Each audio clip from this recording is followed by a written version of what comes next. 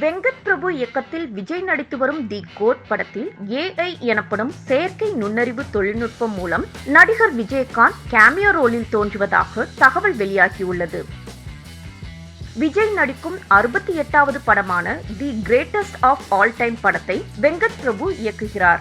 AGS நிறுவனம் தயாரிக்கும் இந்த படத்துக்கு யுவன் சங்கர் ராஜா இசையமைக்கிறார். இதில் விஜய் 2 வேடங்களில் நடிக்கிறார். இப்படத்தில் மீனாட்சி சௌத்ரி நாயகியாக நடிக்கிறார். மேலும் பிரசாந்த், மோகன், பிரபுதேவா, ஸ்னேகா, லைலா, ஜெயராம் உள்ளிட்டோர் முக்கிய கதாபாத்திரங்களில் நடிக்கின்றனர். இந்த திரைப்படத்தில் கேப்டன் விஜயகாந்த் சுமார் 60 வினாடிகள் கேமியோ ரோலில் ரசிகர்களுக்கு விருந்தளிக்கிறார். இது தொடர்பான புகைப்படம் ஒன்றும் இணையத்தில் வைரலாகி வருகிறது.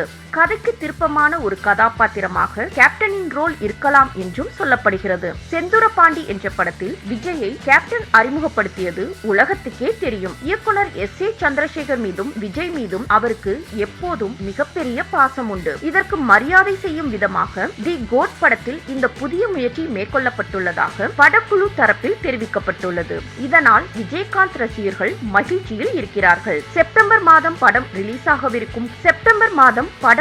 ஆகவிருக்கும் சூழலில் இப்போது படத்தின் பணிகள் முடியும் தருவாயில் இருக்கின்றன. கேப்டன் விஜயகாந்தை திரையில் காண ரசிகர்கள் ஆவலுடன் காத்துக் கொண்டிருக்கிறார்கள்.